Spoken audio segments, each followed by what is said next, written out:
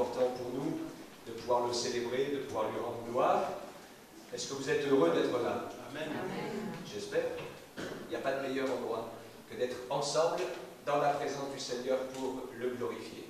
Voilà, je vous invite à prendre place.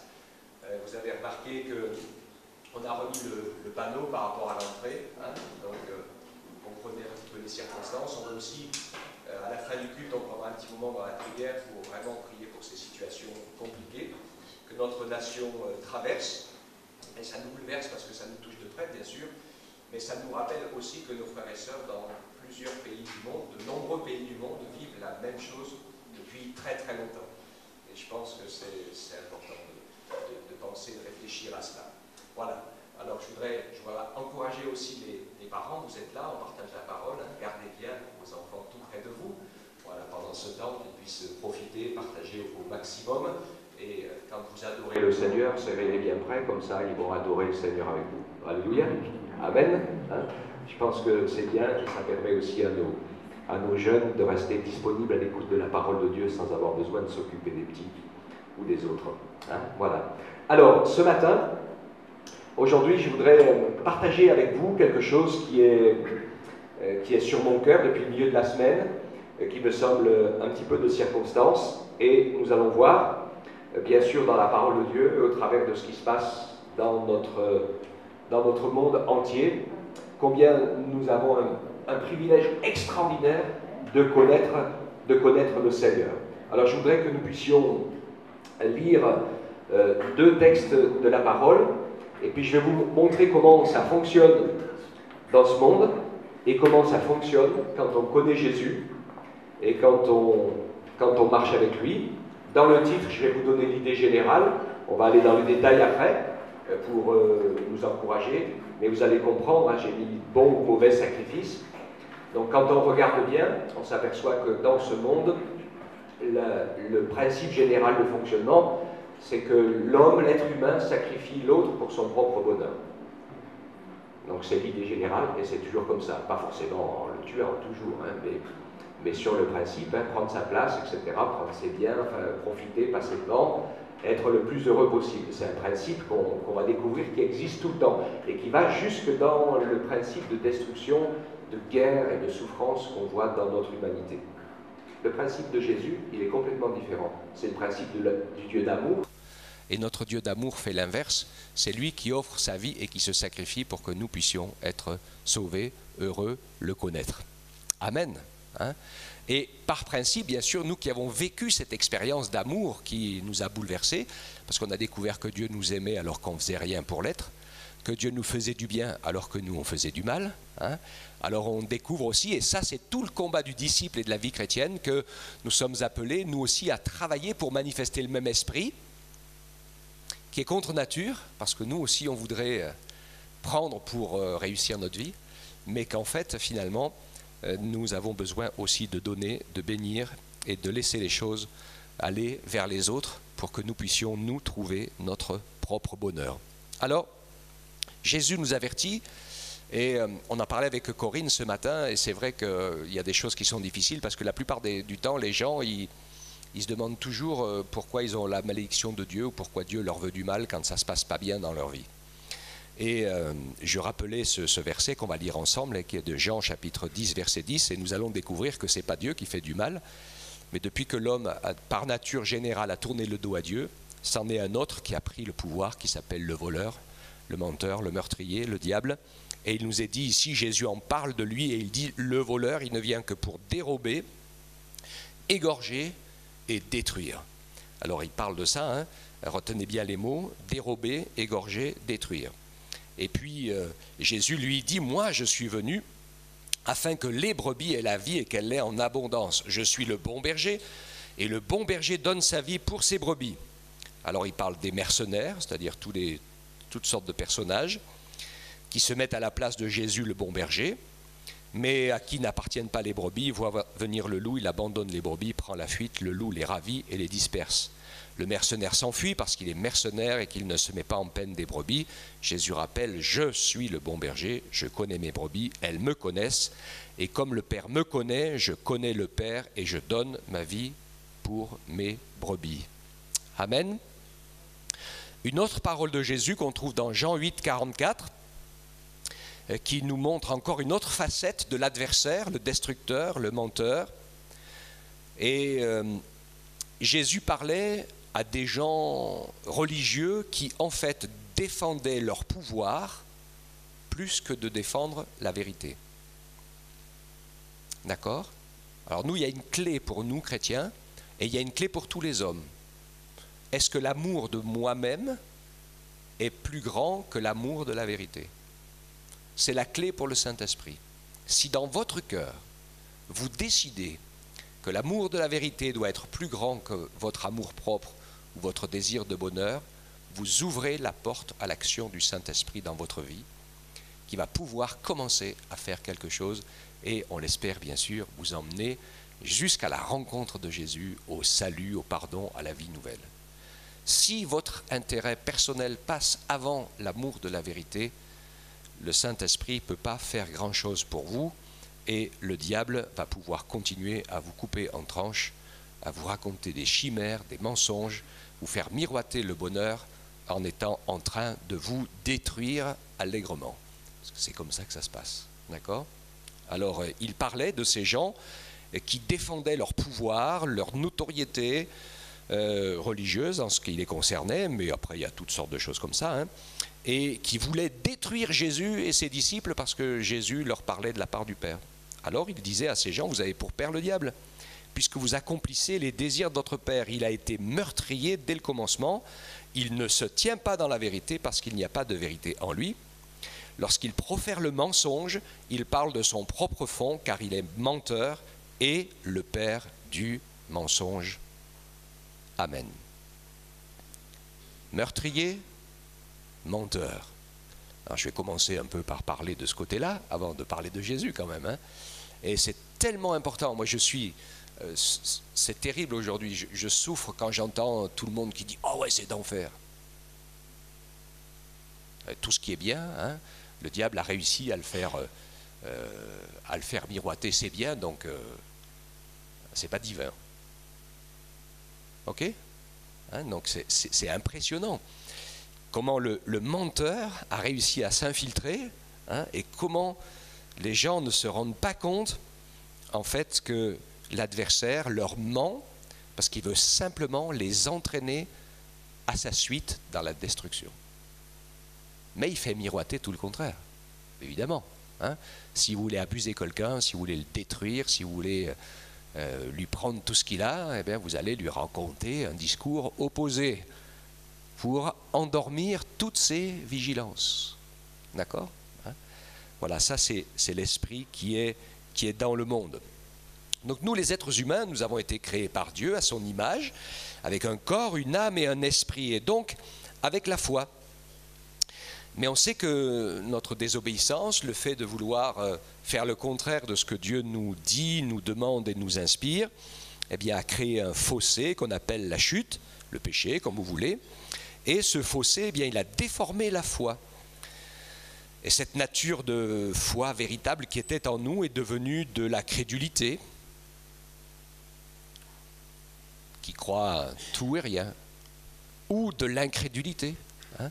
Vous avez des gens, moi j'en connais plein, hein, qui sont complètement incrédules, ils disent « Ah non, il n'y a ni Dieu, ni diable, ni rien », mais ils croient au pouvoir du cuivre, au pouvoir du magnétisme, au pouvoir des forces positives et des forces négatives qui sont dans l'air et dans... C'est quoi ça, hein?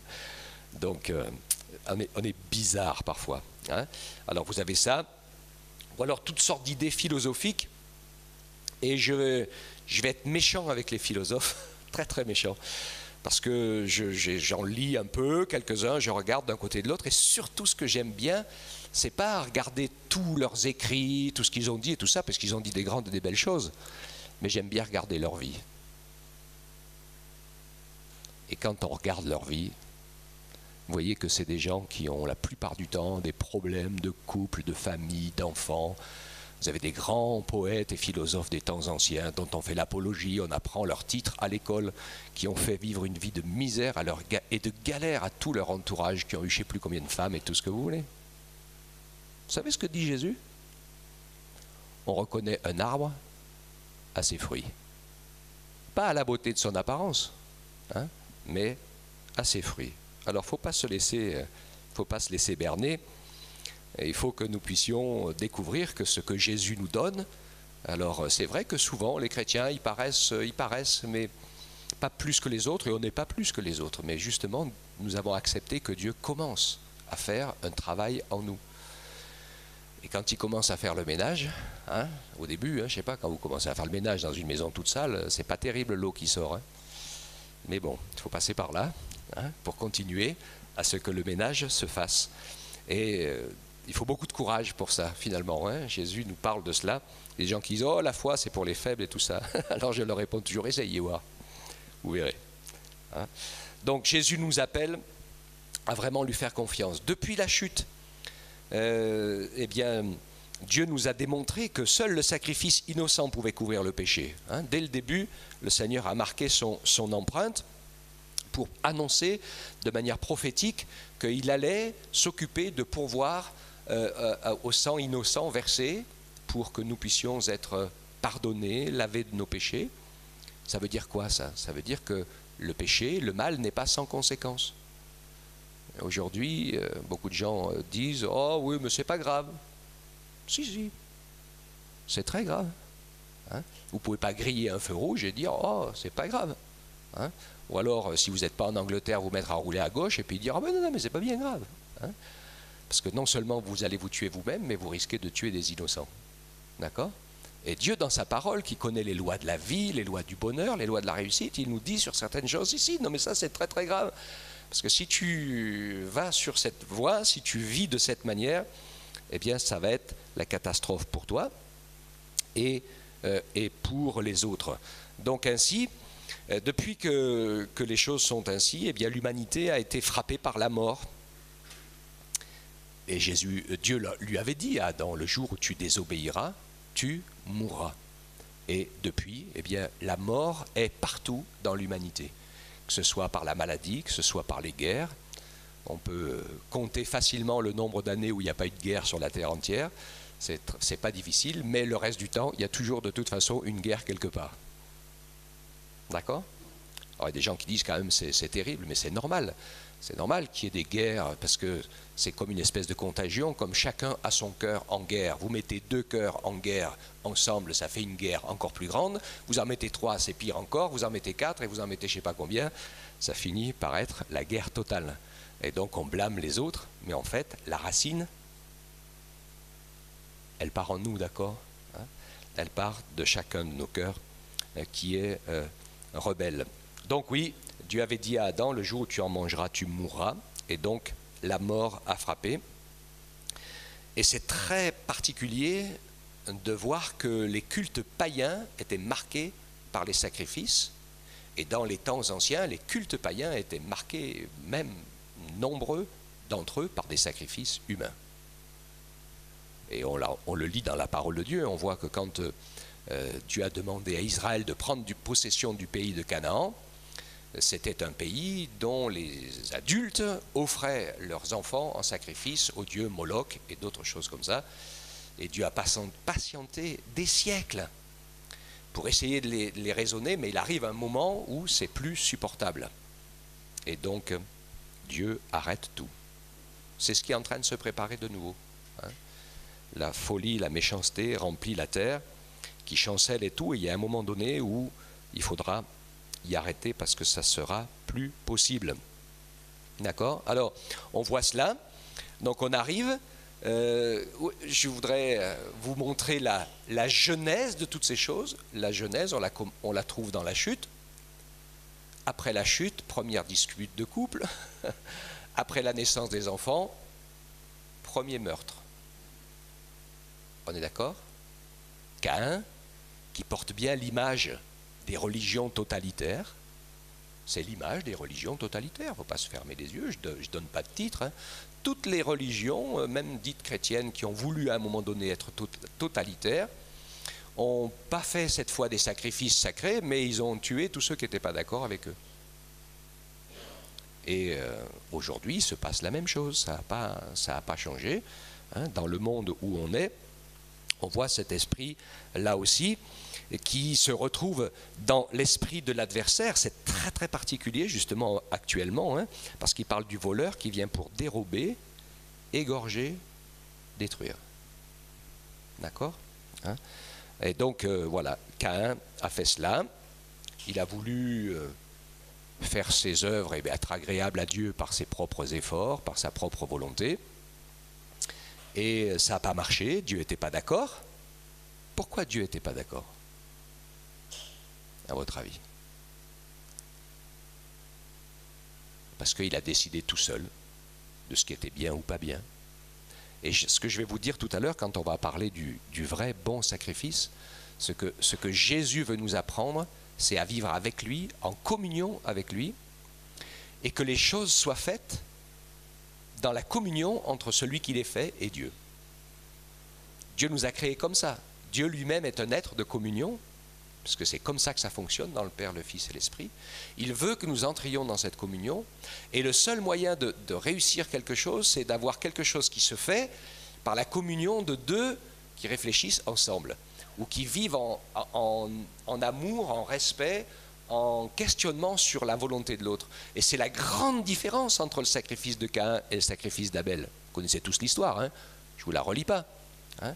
On sait que Caïn, il a décidé ce qui devait plaire à Dieu. Il a dit à Dieu, tu vois, j'ai fait un beau jardin, des beaux légumes, tu vois, c'est beau, c'est mon travail, c'est mes efforts, ça doit te plaire. Le problème qu'il n'avait pas compris, c'est que Dieu ne mangeait pas des légumes. Bon, donc ça ne pouvait pas vraiment lui plaire. D'accord, hein? Lui, il mangeait des légumes, donc si c'était bon pour lui, ça devait être bon pour les autres. Et certainement bon pour Dieu, mais ça n'a pas marché du tout. Hein? Donc il avait un comportement égoïste et orgueilleux et fier. Quand on regarde Abel, on s'aperçoit que Abel, c'est complètement différent. On voit que Abel, dans son cœur, il avait déjà compris que sa richesse de ses troupeaux ne venait pas de sa sagesse de berger, mais de la grâce de Dieu qui permettait la multiplication. C'est important ça, hein? Il y a tellement qui, moi j'ai, mais t'as rien du tout, hein? Parce que si le Seigneur il souffle dessus, il y a des gens, hein, du jour au lendemain, ils n'ont plus rien eu du tout, on n'a rien du tout, on n'a que ce que le Seigneur permet que nous ayons, il n'y a rien qui nous appartient ici, hein? On laissera tout en s'en allant. Et donc j'ai, hein? Et Abel, il dit Seigneur, ta grâce, il réfléchit, c'est quelqu'un qui... Et quand il veut offrir le sacrifice à Dieu, je pense que dans sa prière, dans sa réflexion, il devait penser, parce que la Bible nous parle que le sacrifice d'Abel parle encore aujourd'hui, donc il parle de la croix, il parle de Jésus, il parle du sang innocent, et Abel qui savait bien que ses parents et lui avaient été revêtus de leur nudité par des sacrifices d'animaux, dans sa réflexion, dans sa prière, dans sa communion avec Dieu, il s'est dit certainement que ce qui doit être agréable à Dieu, c'est cela. Et ce qui était agréable à Dieu, parce que c'est important ça aussi, hein, c'est pas de faire des sacrifices. Parce que les Juifs sont arrivés à cette erreur terrible de faire beaucoup de sacrifices. Et à un moment donné, vous lisez dans l'Ancien Testament que Dieu dit à son peuple, il dit j'ai horreur de vos sacrifices, je ne peux plus les supporter. Parce qu'il y avait des gens qui disent, ah oui, Dieu il veut des sacrifices, donc on va lui en faire des brouettes et des brouettes. C'est pas ça que Dieu veut. Ce que Dieu voulait, c'est que dans un sacrifice, on puisse toujours penser au transfert, de se dire cet animal innocent est obligé de mourir parce que c'est le seul, à ma place, parce que moi je suis coupable et j'ai offensé Dieu. Et donc cette mort, c'est tragique, c'est une souffrance, c'est pas bien, c'est pas comme ça, mais il n'y a pas d'autre moyen, parce que le prix doit être payé. Vous comprenez cela ? Et donc dans le sacrifice, il y a de la prière, il y a de la souffrance, il n'y a pas du « Oh, tu veux des sacrifices, tu veux qu'on te remplisse des bassines de sang entier ?» C'est pas ça du tout qui est agréable à Dieu, bien au contraire. Hein? S'il n'y a pas la conscience du besoin de faire la paix avec Dieu, alors cela ne peut pas marcher. Et dans ces religions païennes, hein, surtout à certaines époques très anciennes, hein, eh bien, il y avait ces sacrifices. Et puis aujourd'hui, comme je le dis, hein, avec des esprits totalitaires qui, pour raison de religion ou d'orgueil personnel, empire, tout ce qu'on veut, tuent tous ceux qui ne sont pas d'accord avec eux. Cet esprit donc meurtrier continue.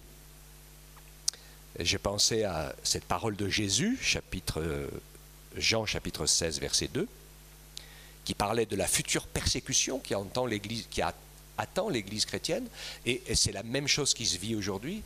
Il y a des gens qui aujourd'hui, pensant qu'en tuant des chrétiens, ils font la volonté de Dieu, ou en tuant d'autres personnes. Hein. Et Jésus l'avait dit, il dit, ils vous excluront des synagogues, et même l'heure vient où quiconque vous fera mourir croira rendre un culte à Dieu. Et ça, bien sûr, c'est l'œuvre du menteur. On devrait, dans l'amour de la vérité, réfléchir. Si on est obligé d'imposer ses idées en tuant ceux qui ne sont pas d'accord, alors c'est que nos idées ne sont pas bonnes. Est-ce que vous êtes d'accord avec ça? Eh oui. Si on est sûr de son idée, on n'a pas besoin de tuer les autres pour se rassurer. Parce que finalement, ce principe-là, destructeur, on le retrouve avec celui qui boit. Et la plupart des hommes qui boivent, ils essayent de ne pas boire tout seuls, ça les rassure. De ceux qui se droguent, ils ne se droguent pas tout seuls. Ils font ça en bande, ça les rassure. Tout le monde se rassure en espérant qu'on est le plus nombreux possible à faire la même chose. Mais ça, c'est pas un vrai, ça nous rassure pas non plus. Alors, on voit le même problème. Je parlais en introduisant tout à l'heure le message de ceux qui se demandent pourquoi la malédiction, la souffrance, la maladie est sur eux. Et je repense encore à un autre mensonge, qui est le transfert des guérisseurs, par exemple. Hein?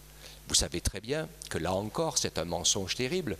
Cette loi spirituelle qu'on trouve dans la parole, puisque Jésus dit qu'il a pris sur lui nos péchés, nos maladies, et qu'il est mort à la croix avec.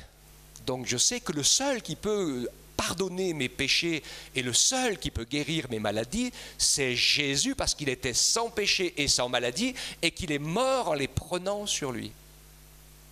Les autres, conscients ou inconscients, ce n'est que du mensonge. Ils ne font que transférer. Ils enlèvent le mal d'une personne et le mal s'en va sur quelqu'un d'autre, ou sur eux-mêmes. Moi, je me rappelle d'un guérisseur, il savait que c'est lui qui prenait le mal qu'il enlevait aux enfants, par exemple. Fait que la loi du transfert. La même chose pour ceux qui prédisent l'avenir. Alors, il y a des gens qui veulent savoir leur avenir, ils vont consulter des gens qui prédisent l'avenir, etc., etc. Et il faut savoir que quand quelqu'un fait cela, il se met directement sous le pilotage et l'autorité d'un esprit mauvais.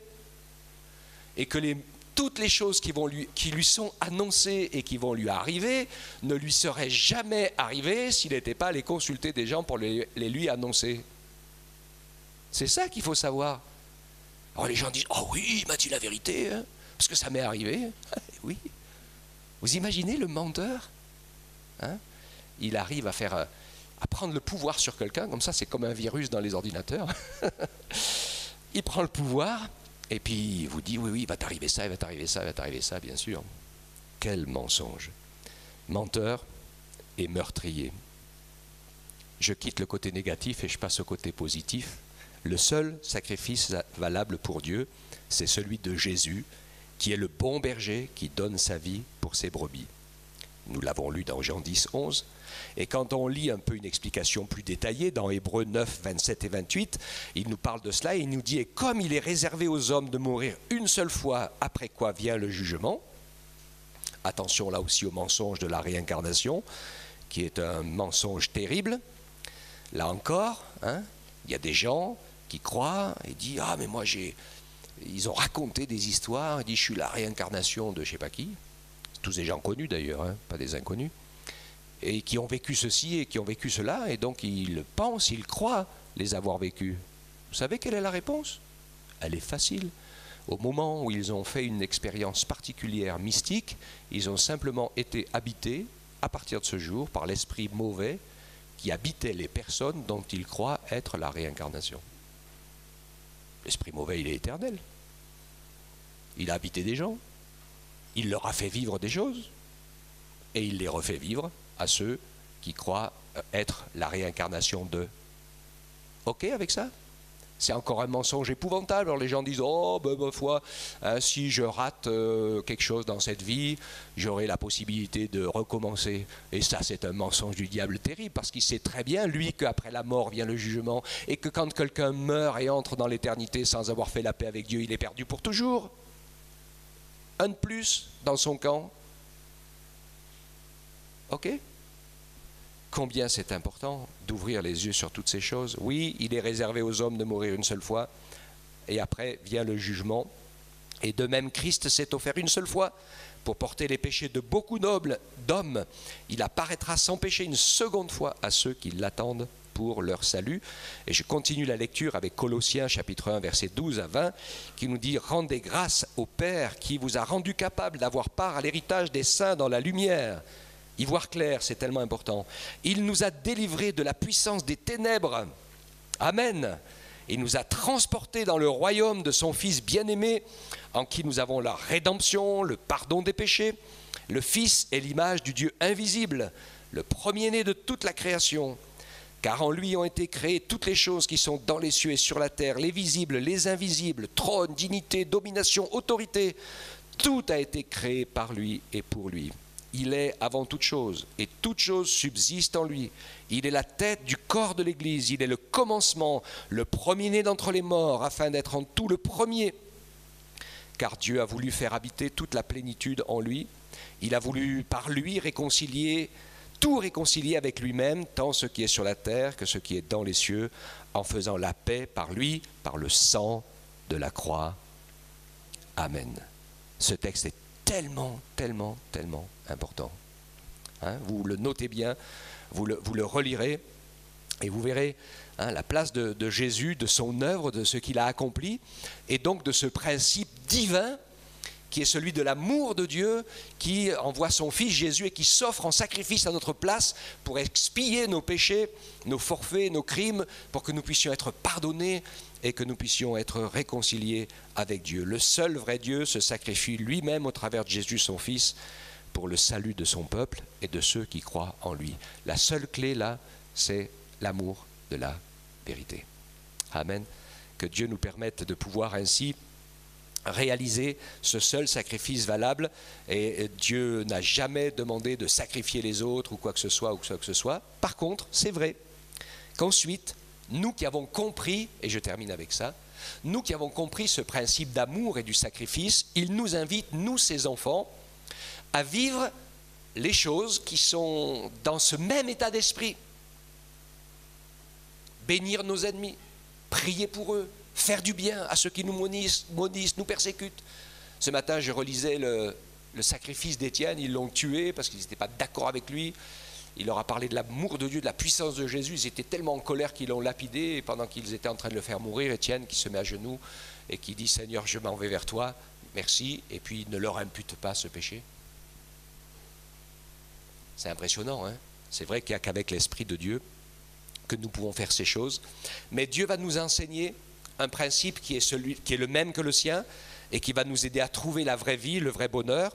Luc 9, 23, Jésus dit à tous, si quelqu'un veut venir après moi, qu'il renonce à lui-même, qu'il se charge chaque jour de sa croix et qu'il me suive. Vous vous rappelez, on l'a lu dimanche dernier, hein, et dans tout ce texte, c'était vraiment tellement important de pouvoir dire aussi, Matthieu en parle, et il dit, celui qui veut sauver sa vie, la perd. Celui qui ne pense qu'à lui n'est jamais heureux. Vous le savez, hein, on n'est jamais satisfait. Celui qui a un petit vélo veut un grand vélo, et puis quand il a un grand vélo, il veut une petite mobilette, et quand il a une petite mobilette, il veut une grosse moto, et quand il a une grosse moto, il veut une petite voiture. Et après, à la fin, il veut la voiture, la mobilette, le vélo et la moto. Hein, c'est ça? Et puis après, etc.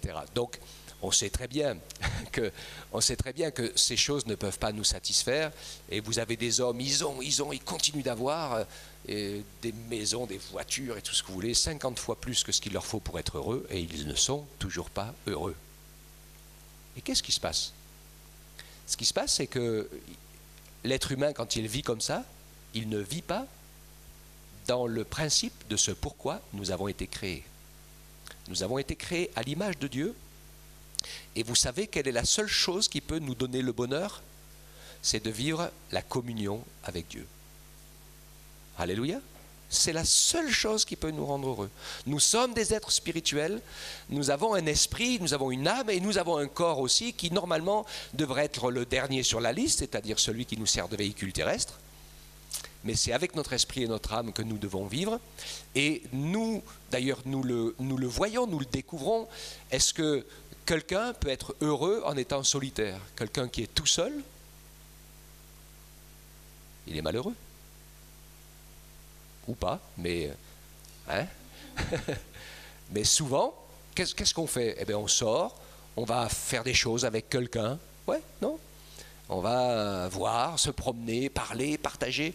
Et alors, je vous le dis, et c'est important de le comprendre, la vie, notre vie, elle est dans cette circulation, dans l'échange des mots et des paroles.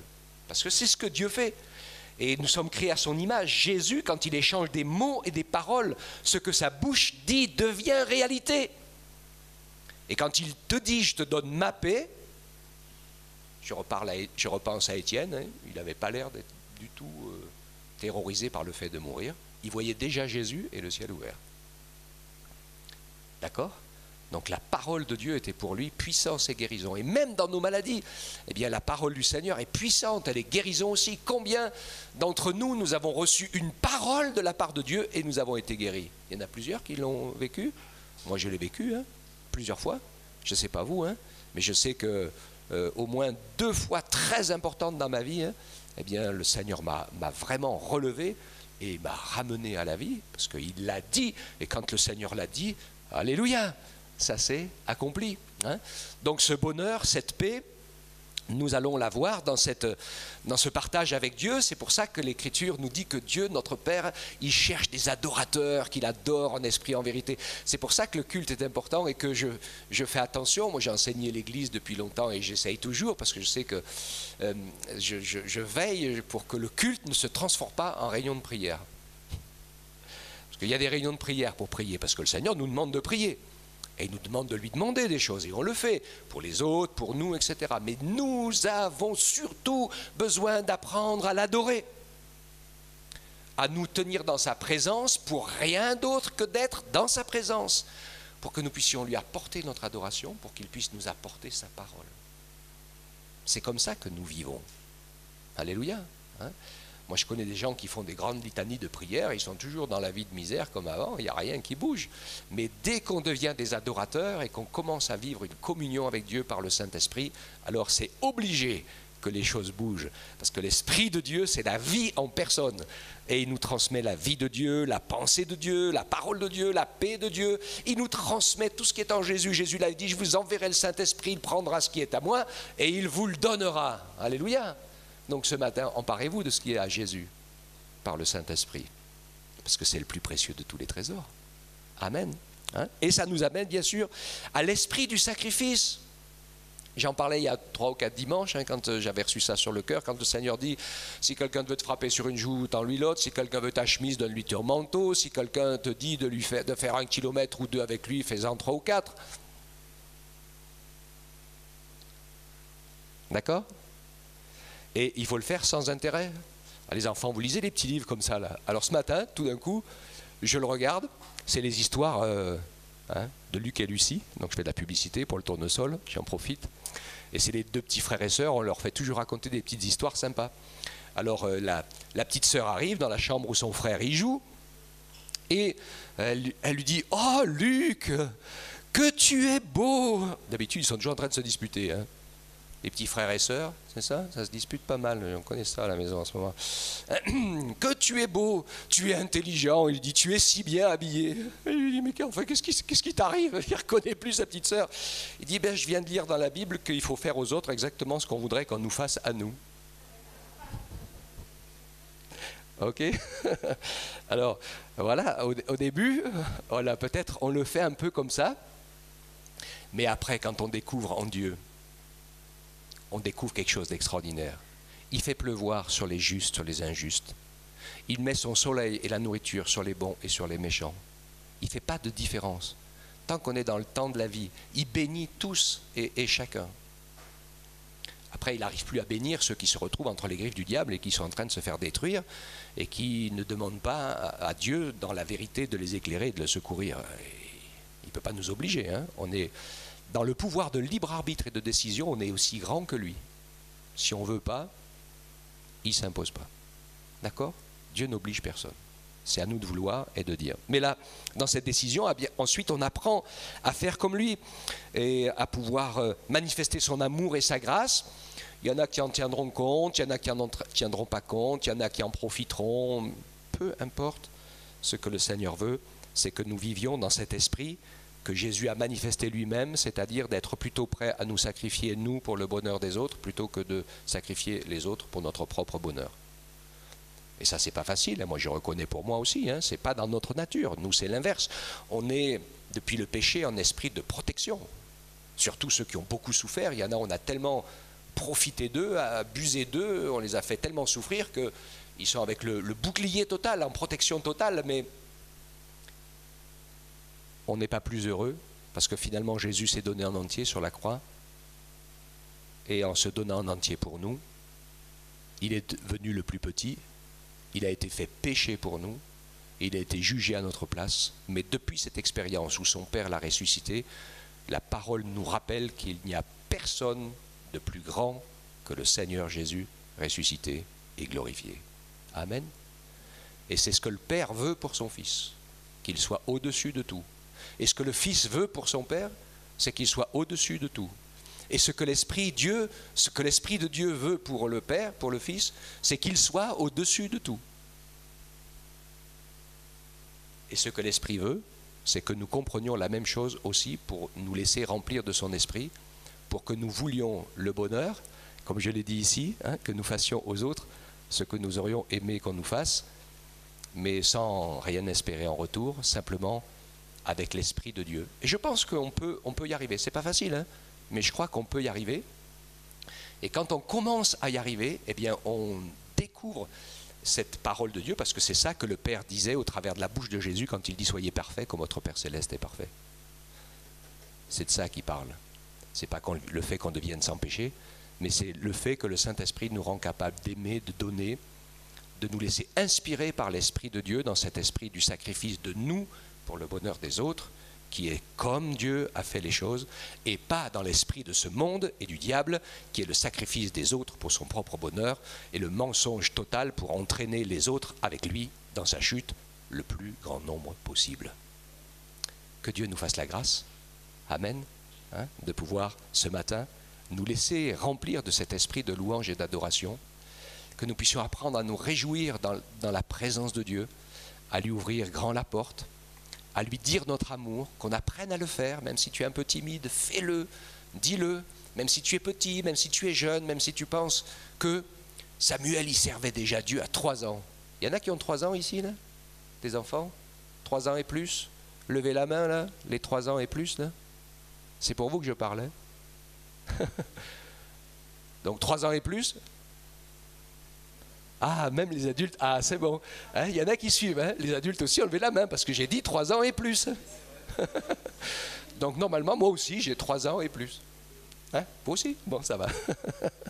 Eh oui, hein. Et c'est dans ce sens-là que le Seigneur veut vraiment saisir notre cœur. Amen.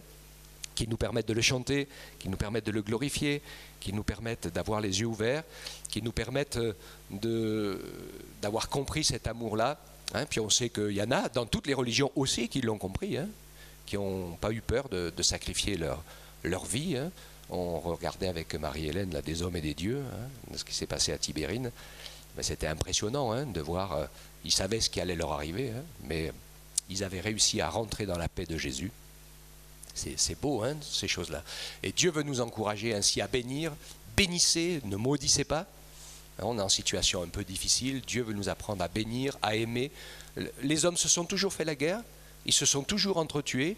La seule chose qui peut changer les choses, c'est que nous apprenions à aimer chacun, quiconque. Parce que le reste, on a déjà essayé. Hein. Si vous voulez la guerre civile, il y en a qui ont essayé avant nous. Hein. On fait un gros carnage, tout le monde est malheureux.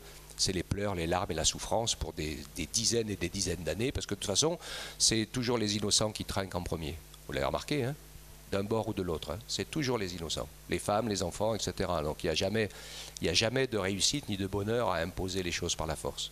Dieu nous demande d'aimer, de tendre la main et d'aller vers l'autre. Que Dieu soit béni. Amen.